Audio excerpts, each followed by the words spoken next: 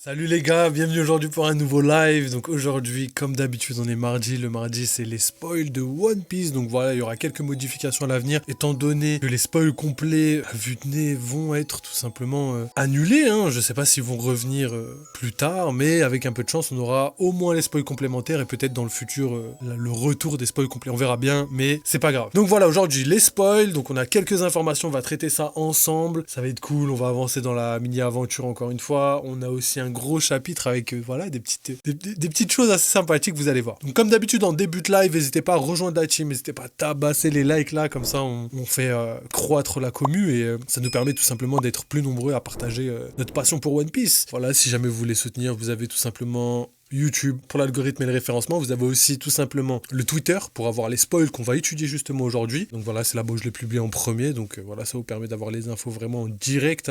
Quasiment toutes les semaines, on les sort vraiment en même temps que, même assez souvent, plus tôt que les leakers de la communauté francophone. Donc voilà, on est dans les temps, on essaye de faire du travail de qualité et voilà, ça fait plaisir.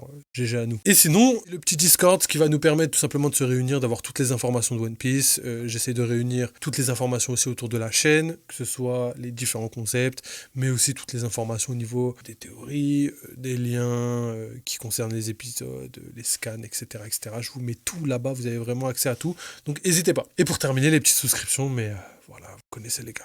Faites-le que si vous avez envie, que si vous le voulez, que si vous le pouvez surtout. Donc voilà, je pense avoir fini avec cette petite intro, on va passer au spoil 1147 qui s'annonce tout simplement légendaire. Let's go les gars.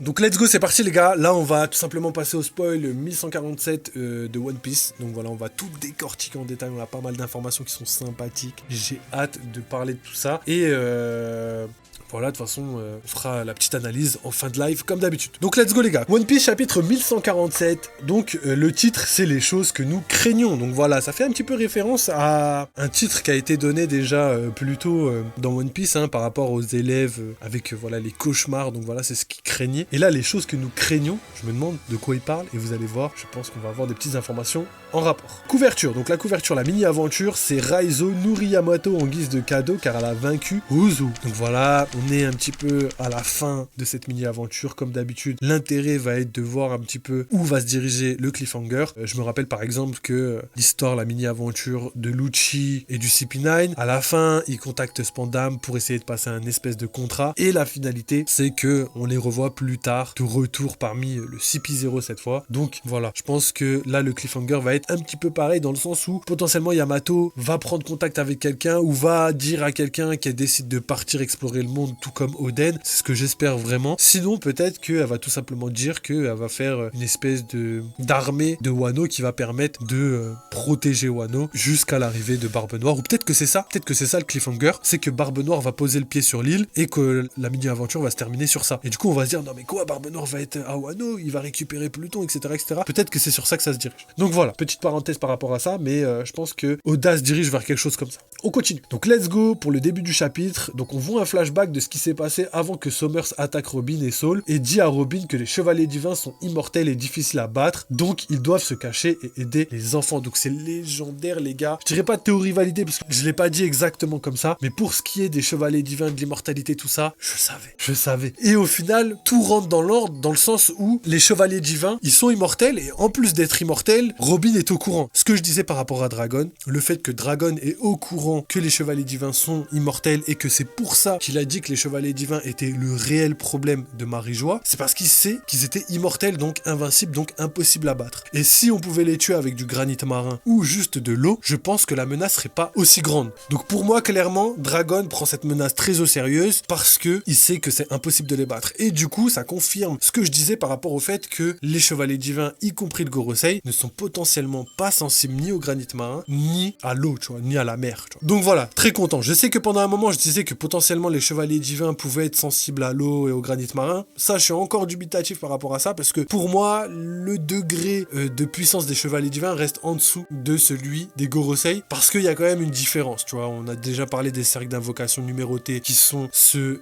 des Gorosei, et les cercles d'invocation qui peuvent invoquer plusieurs chevaliers divins, qui eux appartiennent tout simplement aux chevaliers divins. Donc vous voyez qu'il y a une différence de traitement. Donc s'il y a une différence de traitement, pour moi, je pense que tout simplement les levels et les puissances sont complètement différentes. Donc continuons avec ce chapitre. Gunko piège les Mugiwara, voit Brook et réalise qui il est. Elle met son pied sur lui et exige qu'il devienne son esclave musical, mais il refuse car il a juré allégeance à Luffy. Donc légendaire, ça veut dire que Gunko savait même pas que Brook était dans l'équipage de Colon quand elle a décidé de se battre contre eux. Et le délire, c'est que Brook, c'est assez intéressant parce qu'on pensait que Brook allait avoir un espèce de fan qui va lui obéir partout et tout. Et moi, je vous avais dit que c'était quasiment impossible dans le sens où, en fait, les chevaliers divins, c'est trop compliqué. Si on arrive assez facilement comme ça à les faire devenir des espèces d'alliés, tu vois, ce serait dommage parce que finalement, ça voudrait dire qu'il y aurait trop de force parmi les Mugiwara sur cette île. Et en plus de ça, comment Im-sama va réagir au fait que Gunko trahisse son camp, les chevaliers divins? Si elle trahit, Im-sama, elle peut faire exactement ce qu'elle a fait à Saturne, tu vois. Ou elle peut attaquer de loin, ou elle peut la destituer. Bref, elle peut faire tout ce qu'elle veut. Et c'est pour moi la raison pour laquelle Gunko avait très peu de chances de rejoindre le côté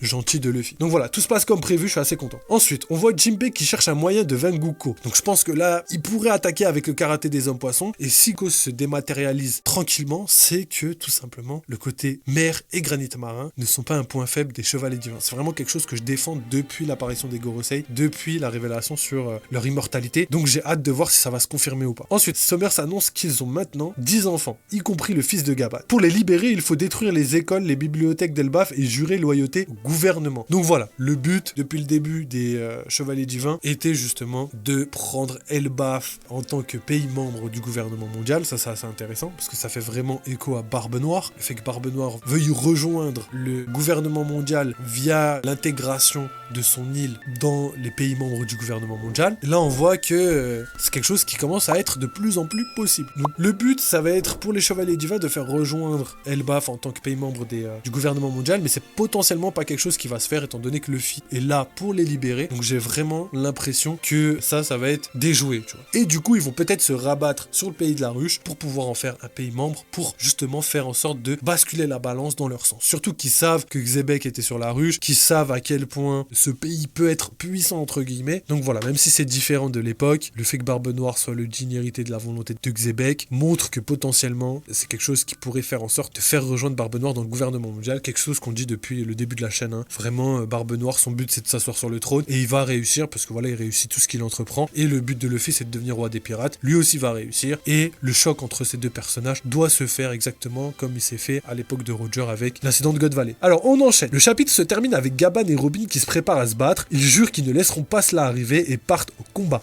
Donc ça c'est assez intéressant parce que voilà, tout se passe comme prévu encore une fois. J'avais dit que Gaban allait rejoindre le combat. Le fait que Colon se fasse capturer, etc., c'était quelque chose de obvious. Et au final, on voit actuellement que les combats vont commencer à s'intensifier. Et rappelez-vous, ce n'est que le début à mon sens parce que je pense que Luffy va trouver le moyen de les battre. Et le moyen de les battre, c'est exactement le même moyen qu'on a battu, entre guillemets, les Gorosei. Le but, ça va être de les envoyer valser le plus loin possible pour tout simplement annuler l'invocation. C'est pour moi le seul moyen de les battre pour l'instant. Ce qui va faire en sorte de mettre en avant les chevaliers divins en mode ils sont invincibles, on n'arrive pas à les battre, mais qui va permettre quand même à Luffy de libérer tout simplement Elbaf en faisant en sorte de les dégager de l'île et de empêcher tout simplement la mort des enfants, la capture des enfants et aussi que le pays rejoigne tout simplement le gouvernement mondial. Donc voilà. Et un petit message du leaker qui dit merci d'attendre la sortie du chapitre avant de le juger sur la base de ces brefs spoilers. Donc ça c'est assez logique parce que voilà les gars, je vous le répète, faites attention, il y a pas mal de choses en ce moment qui se passent au niveau des leakers. Je vous ai dit que les spoils complets sont carrément annulés. Je vous ai dit aussi que voilà les spoils étaient de plus en plus en retard, qu'il se passait pas mal de choses. Donc prenez bien en compte le fait que les spoils sont pas représentatifs du chapitre. Donc voilà, maintenant je pense que le plus important important va être l'analyse du chapitre, et c'est là-bas où je vais me concentrer pour les prochains lives, prochaines semaines, prochains mois, etc., etc., jusqu'à ce que tout ça s'équilibre. Mais dans tous les cas, on reste sur les spoils des chapitres, etc., etc., comme on a l'habitude de faire. Donc voilà, ça c'est fait, ça c'est dit. Donc il y a une pause la semaine prochaine, et cette pause, par contre, elle n'est pas due à Oda, elle est due à une pause du Weekly Shonen Jump. Donc il n'y a pas de sortie du Shonen Jump la semaine prochaine, donc c'est pour ça qu'il n'y a pas One Piece, il n'y a pas tous les autres mangas qui vont sortir. Enfin, je crois.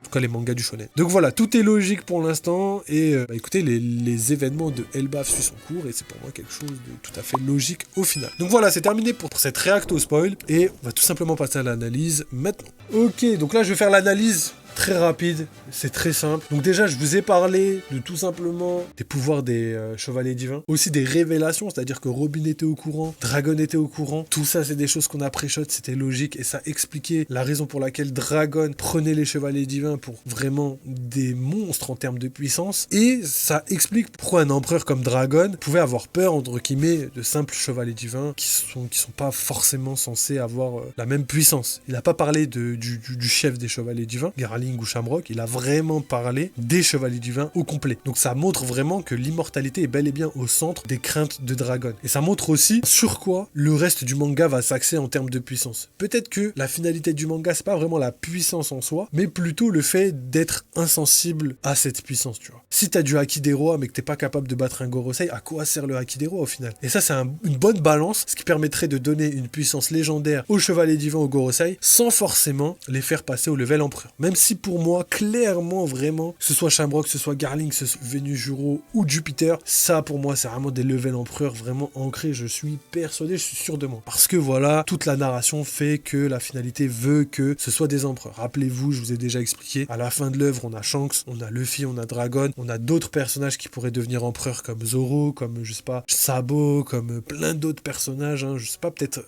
une des supernovas, soit Law, soit Kid, hein, qui pourrait devenir empereur, hein. Rappelez-vous, à l'époque de Roger, on avait bel et bien Shiki, on avait bel et bien d'autres personnes qui devaient sûrement avoir ce titre-là. Donc, à la fin de l'œuvre, il faut qu'il y ait des pirates qui soient empereurs et remplacent les autres pirates, tu vois. Donc, je pense à Luffy qui va plus être empereur, hein. Je pense à potentiellement Barbe Noire qui va sûrement être KO, mort ou je ne sais quoi. Donc, il faudra les remplacer entre guillemets. Et pour ça, il faut absolument qu'il y ait des personnages comme Zoro. Je sais pas, Zoro empereur serait cool, hein. Même si ça m'étonnerait. Moi, je vois plus Kid ou Law ou des trucs comme ça, tu vois. Donc voilà, pour ça que moi, ce level-là, certifié, on verra après, mais pour moi c'est sûr et certain. Ensuite, on a Gunko qui a reconnu Brook et qui au final n'a pas du tout bégayé. Elle reste toujours dans son rôle de chevalier divin. De toute façon, on l'avait teasé, elle était beaucoup trop méchante avec Loki pour faire partie des révolutionnaires comme certains disaient, hein, avec le fameux béret, hein, avec les lunettes dessus, hein. Malheureusement non, c'est pas un style qui appartient aux révolutionnaires, ou peut-être, hein, peut-être, on sait pas encore, mais pour l'instant, c'est quelque chose que je commence petit à petit à écarter. Ensuite, je vous ai parlé du fait que les chevaliers divins avaient bel et bien un point faible, même si on peut pas appeler ça un point faible, étant donné qu'on peut juste les éjecter. C'est quelque chose qui, je pense, va être utilisé pour pouvoir se débarrasser d'eux. Pour moi, c'est la seule manière de se débarrasser d'eux pour l'instant, qui va être utilisée à maintes et maintes reprises jusqu'à ce qu'on puisse plus l'utiliser. Tu vois, à partir du moment où on décide de les éjecter, qui partent et qui reviennent à chaque fois, à ce moment-là, il va falloir trouver une autre solution. Et c'est ça qui, pour moi, va être légendaire. Je pense que l'immortalité vient de Im-sama et qu'il va falloir la battre avant de s'occuper de tout le monde, tu vois. Pour moi, je pense que c'est plus quelque chose comme ça. Mais ça reste encore à prouver. Et évidemment, le cliffhanger de fin, Gaban, Robin, qui vont tout simplement se battre main dans la main. Et c'est assez sympathique parce que c'est exactement ce que vous voulez, tout simplement. Le combat de Gaban contre un ennemi sérieux, donc Gaban level max. Et aussi, tout simplement, l'introduction des Mugiwara. Mais moi, ce qui m'intéresse là, c'est que Luffy se réveille. Ok, il a mangé. Bon, là, il a mangé alors qu'il a même pas combattu. C'est nouveau, ça, maintenant. Je suis mort. Et du coup, on aimerait qu'ils viennent dans les prochains chapitres. Donc moi, pour moi, je vais plus maxer ça dans les prochains chapitres. Je vais plus mettre ça en avant. Et au niveau des probabilités, je pense que c'est le plus important. Je pense que Luffy, à un moment donné, va se rendre compte que sur l'île, il se passe pas mal de choses. Il a dû entendre via les escargophones tout ce qui s'est passé. Même si d'un côté, peut-être que les escargophones ne couvrent que la partie Royaume du Soleil. Mais en tout cas, ce qui est sûr, c'est qu'à un moment, il y a un haki qui va le faire tilter. Et il va devoir monter en haut. Donc ça, pour moi, c'est quelque chose de ultra probable. En tout cas, j'en suis quasiment sûr. Ensuite, qu'est-ce qu'on a? On a des combats qui vont commencer à se former. Donc déjà, il va falloir faire en sorte que Loki et Luffy puissent monter. Donc comme on l'a vu, ça va être compliqué étant donné qu'ils n'ont pas de Sval, mais il y a le fameux château, fameux chemin qui part du château de Rhodes. Donc c'est pour moi la seule issue pour l'instant, étant donné que sinon il faudrait que quelqu'un descende pour qu'il puisse monter. Donc à voir. Ou peut-être, je sais pas, Gaban va envoyer un chevalier divin en bas, genre Sommers, parce que c'est lui qui parlait de capturer les enfants, donc peut-être qu'il va le focus. Et peut-être que c'est ce qui va faire en sorte que Sommers soit en face de Loki et Luffy en bas dans le royaume, tout simplement, de l'Underworld. Donc à voir. C'est des choses qui sont probables, c'est des choses que je pense vraiment concrètes, mais pour l'instant, tant qu'on n'a pas plus d'informations, on va rester sur ça. Donc voilà, j'espère que vous avez kiffé. En tout cas pour la team YouTube, n'hésitez pas à rejoindre la team, à follow, à like et à commenter, à tabasser les likes parce que ça nous aide énormément. Vous avez aussi accès tout simplement aux souscriptions si vous voulez participer de manière financière, mais faites-le que si vous avez envie et que si vous le pouvez, c'est important les gars. Et évidemment, vous avez le Discord pour se rejoindre et le Twitter pour avoir les infos en première fraîcheur. C'est là-bas qu'on a tout simplement publié les spoils en premier. Donc voilà, je pense avoir fait le tour de cette auto-promo de fin et on se revoit très très vite. Donc voilà, n'oubliez pas, vive les jeux vidéo, vive One Piece et à très bientôt les gars.